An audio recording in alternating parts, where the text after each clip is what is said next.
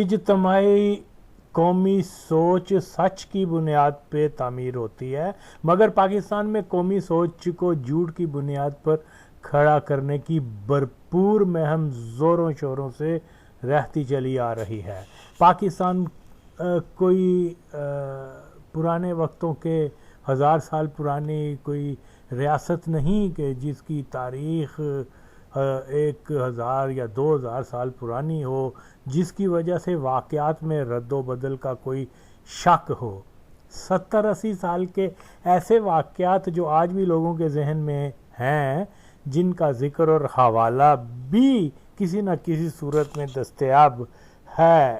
ایک مثال ہے کہ 1953 کے واقعات کے بارے میں پورا پاکستان جانتا ہے کہ قادیانی جماعت کے حکم پر پاکستان کی فوج کے قادیانی افسران، جن میں جنرل اعظم برقی جو کہ پاکستان کے موجودہ قادیانی وزیر اعظم عمران خان کا قریبی رشتہ دار تھا، اس کم بخت نے پاکستان کے ان ہزاروں مسلمان شہریوں کو شہید کر ڈالا جو حکومت سے مرزائیوں کو کلیدی عہدوں سے ہٹانے اور ان کو غیر مسلم قرار دینے کا جائز مطالبہ کر رہے تھے، تو دوسری طرف قادیانی فوجی افسر مرزا بشیر سے ساز باز کرتے رہے کہ کس بہانے سے مسلمانوں کے قتل عام کا آغاز کیا جائے۔ تو مرزا بشیر نے ضیاء الحق قادیانی کے صمدی یعنی ایجاد الحق کا دماد، جو بڑھا بغیرت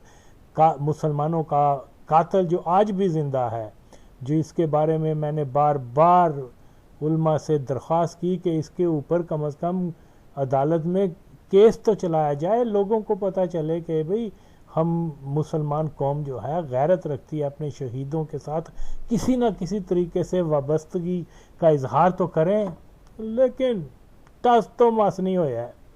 بہرحال جنرل رحیم الدین خان قادیانی جو 1953 میں کپتان تھا، کو چند قادیانی گنڈوں کے ساتھ مسجد وزیر خان یہ مشن دے کر بھیجا کہ مسجد کے باہر کسی فوج یا پولیس کے افسر کو اللہ اکبر، ختم نبوت زندہ باد، مرزائی مرد آباد کا نعرہ لگاتے ہوئے قتل کر دیں تاکہ فوج کو مسلمانوں کو قتل کرنے کا بہانہ مل جائے۔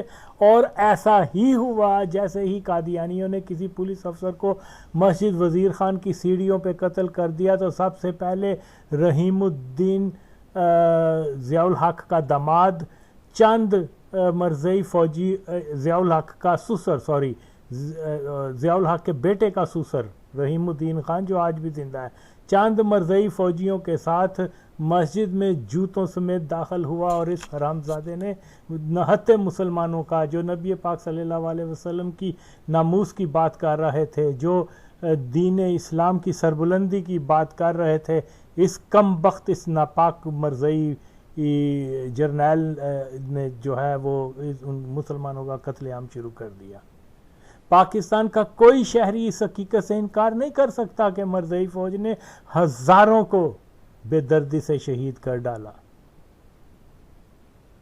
اب قادیانی جھوٹ مکر فریب کا یہ حال ہے کہ ان کے ہم مذہب دانشور صحافی مولوی وغیرہ، جن میں اوریہ، مقبول قادیانی، زاد احمد، انصار عباسی، شریر سے حلوی یا خادم میں قادیان، یا پھر کوئی مرزائی فوجی افسر پلید مولوی ثاقب باجوائی اور بدبخت مبشر پادری جیسے بے غیرت فوری طور پر پاکستان کی مرزائی افسران تسلط فوج کی تعریف کرنا شروع کر دیتے ہیں،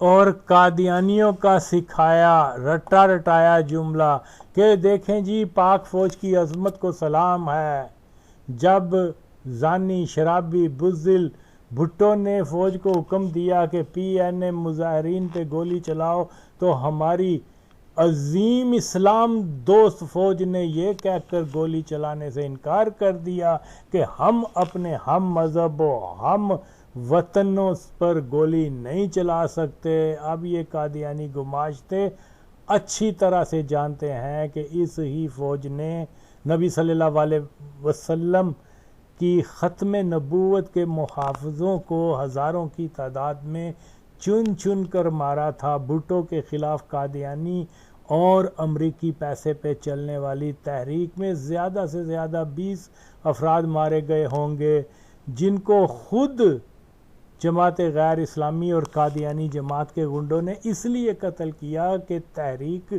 میں خون خرابہ ہو اور تحریک بھٹو کے خلاف جو ہے وہ زور پکڑے۔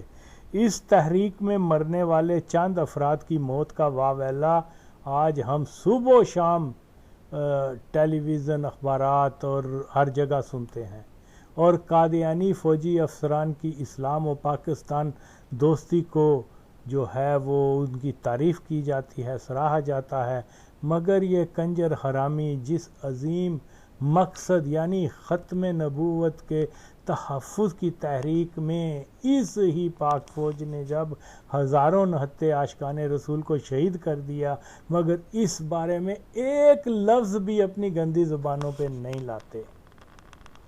تو 53 میں کہاں گئی تھی فوج کی اسلام و پاکستان دوستی؟ آہا کنجر اوریا سیالوی، انصار عباسی، خادم قادیان طارق جمیل، جواب دو جو تم اپنے ہی باپ کے ہو تو۔ اگر نہیں تو پھر چاہے 53 کی تحریک پہ خاموشی کیے رکھو، کہ جن کو اپنے باپ کا معلوم نہیں وہ آج صحافی دانشور اور محافظ ناموس رسالت و ختم نبوت بنے ہوئے ہیں۔ یہ ڈرامے بازیاں بند کرو، تمہارا کیا کام، تم تو مرزائیوں کے وہ پے رول پر ہو۔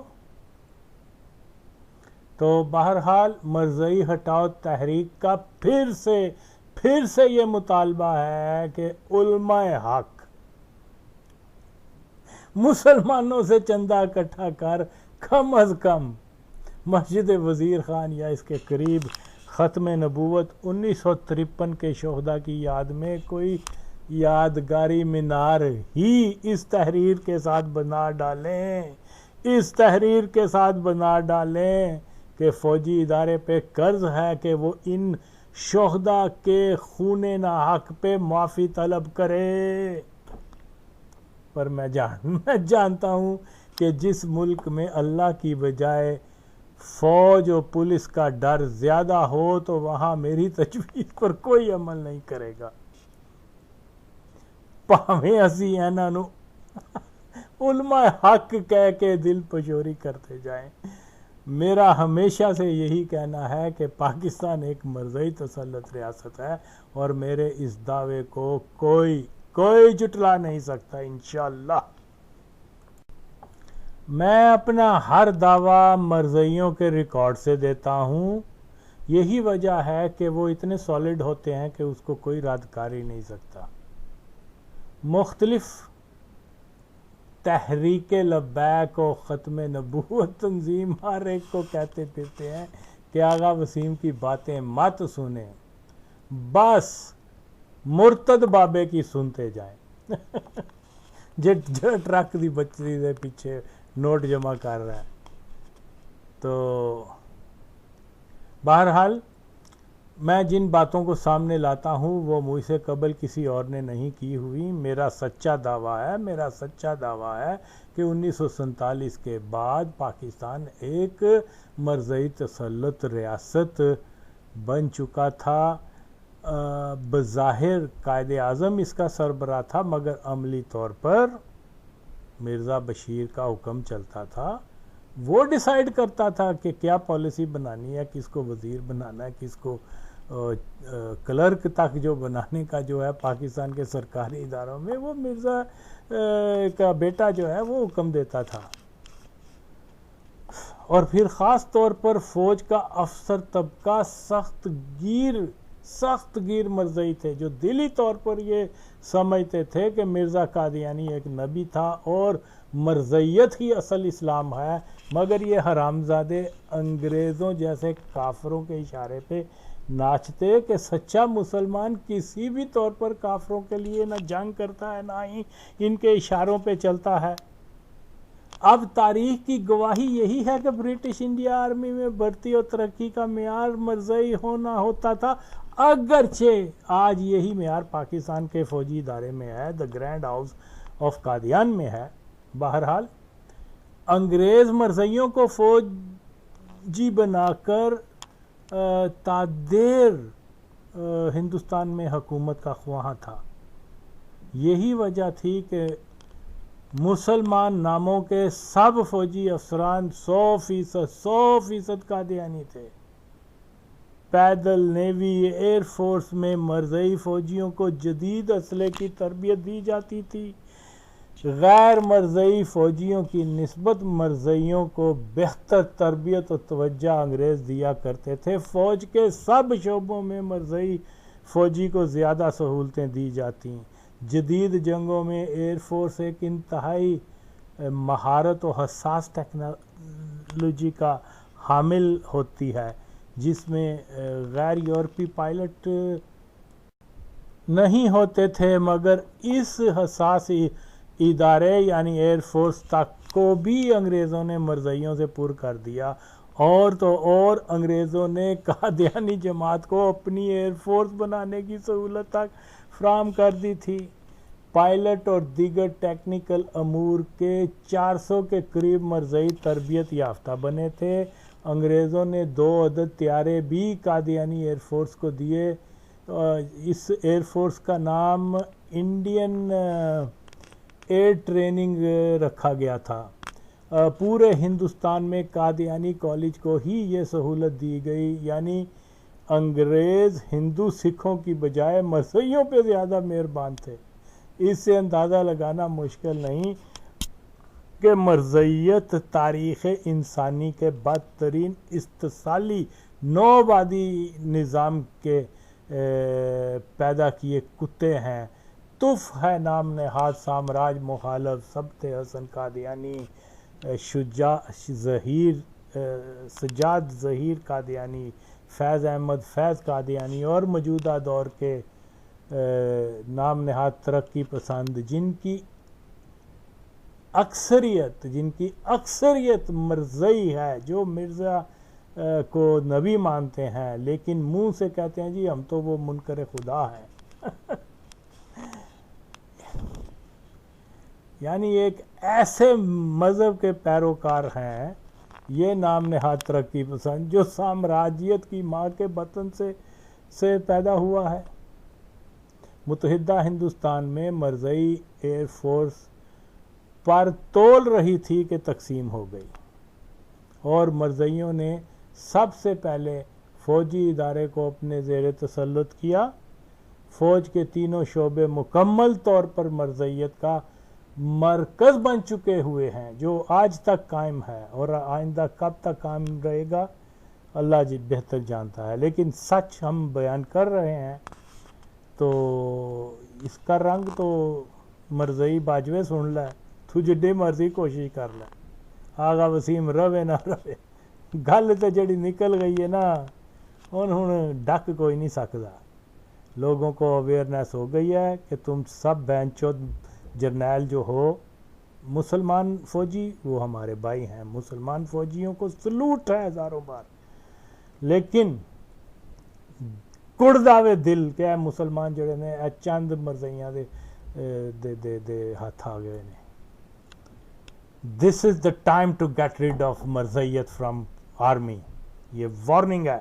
تم لکھ کہہ دو جی فوج، ایسی فوج کو ہم نہیں مانتے جس کے اندر جو ہے مرزئی جرنیل ہوں گے. یاد رکھو مسلمان غیرت مند ہیں، کوئی تمہاری طرح بے غیرت نہیں ہے جو انگریزوں کو اپنی سب کچھ دیا کرتے تھے اور پھر ترقیاں پا گئے.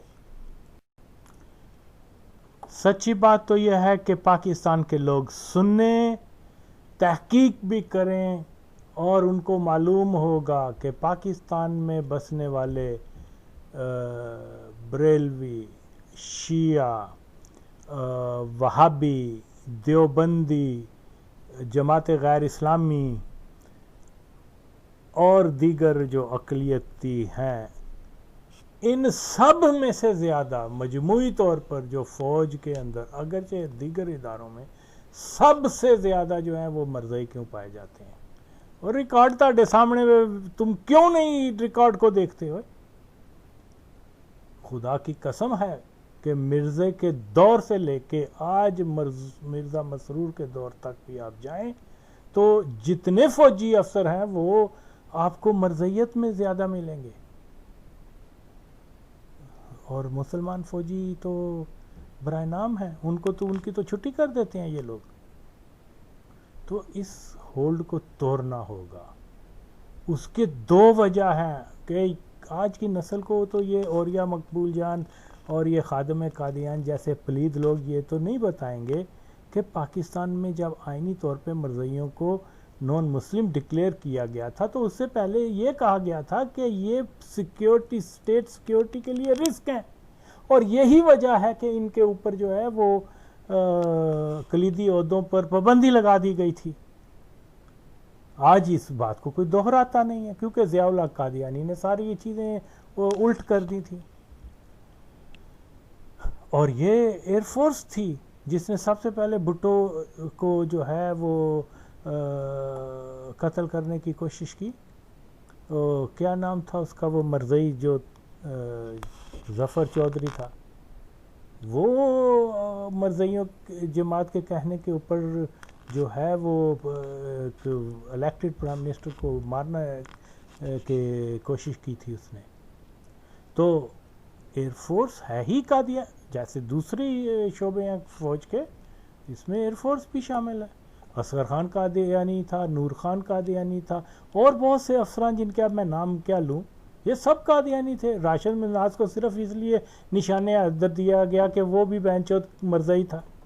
یہی حال ہے میں معلم مرزئی کا ہے. ان کی شہرت و بہادری کو شب و روز قوم کے سامنے بیان کیا تھا، سب جھوٹ ہے یہ. تو سچ کا ساتھ دیں، فیکٹس کو آپ سامنے رکھیں تو آپ کو خود معلوم ہو جائے گا کہ پاکستان کی فوج جو ہے اس میں کتنا بڑا ہولڈ ہے قادیانیوں کا.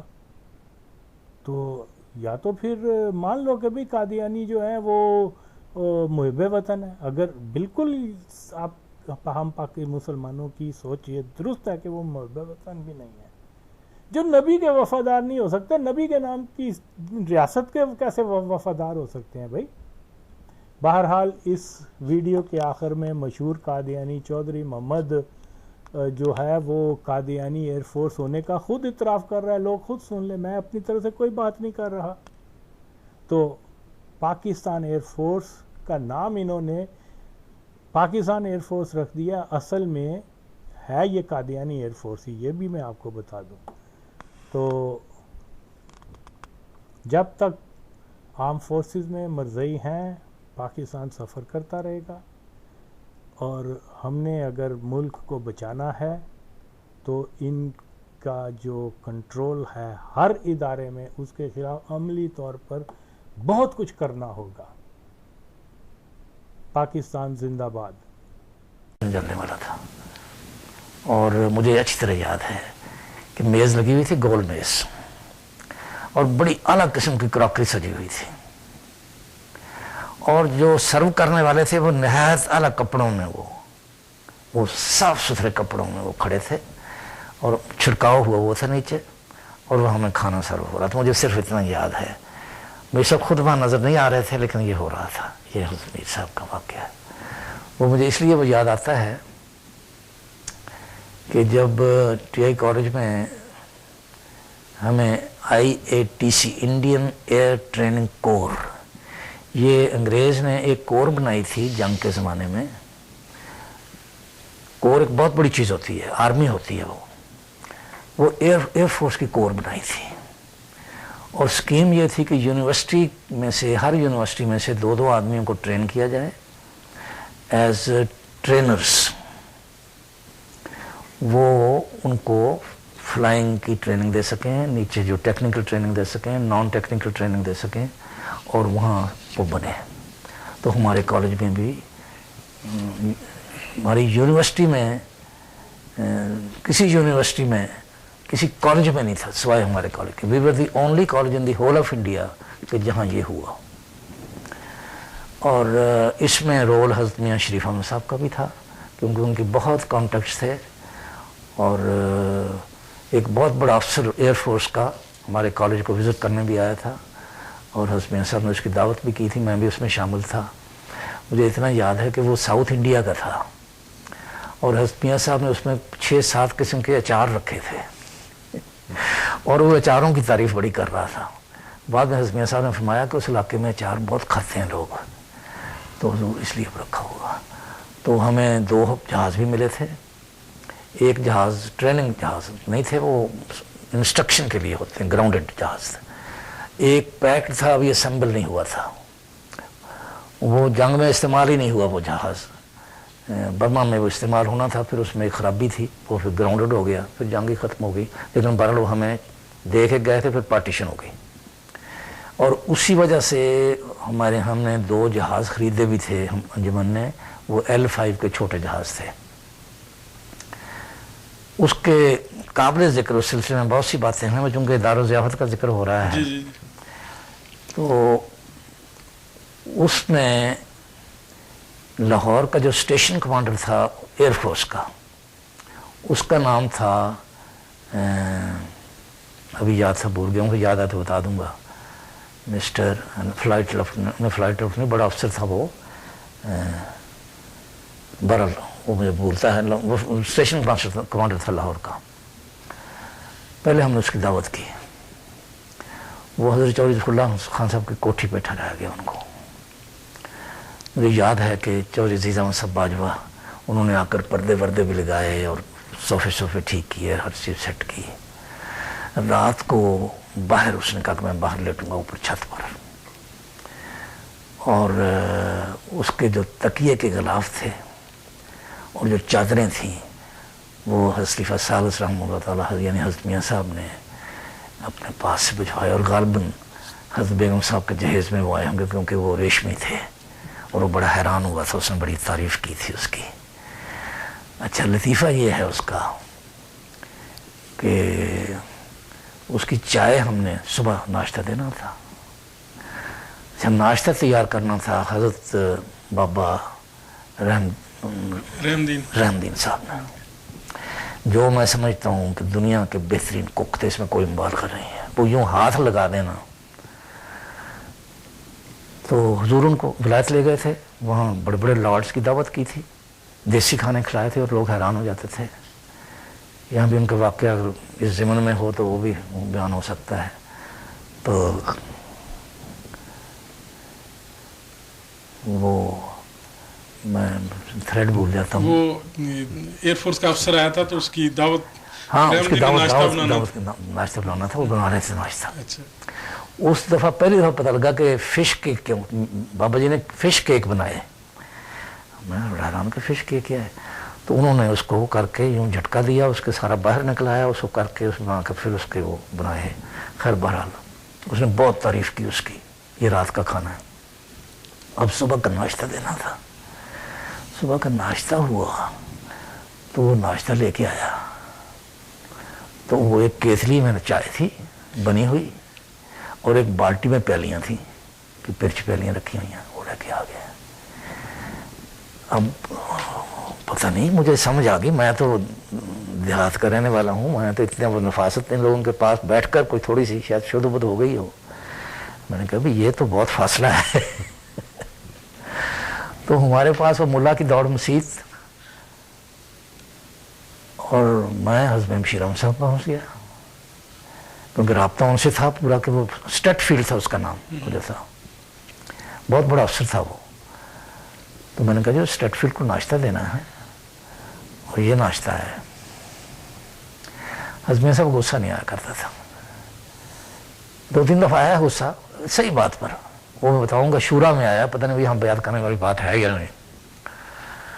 تو انہوں نے حضرت قاضی صاحب کے نام لکھا. حضرت قاضی عبداللہ صاحب ہوتے تھے ناظر ضیافت. ان کو تو پتہ بھی نہیں تھا، لیکن جو نائب تھے اصل تو ان کا تھا، لیکن بہرحال انہوں نے بھی سادگی میں کیا تھا کہ محترم و مکرم جناب قاضی صاحب.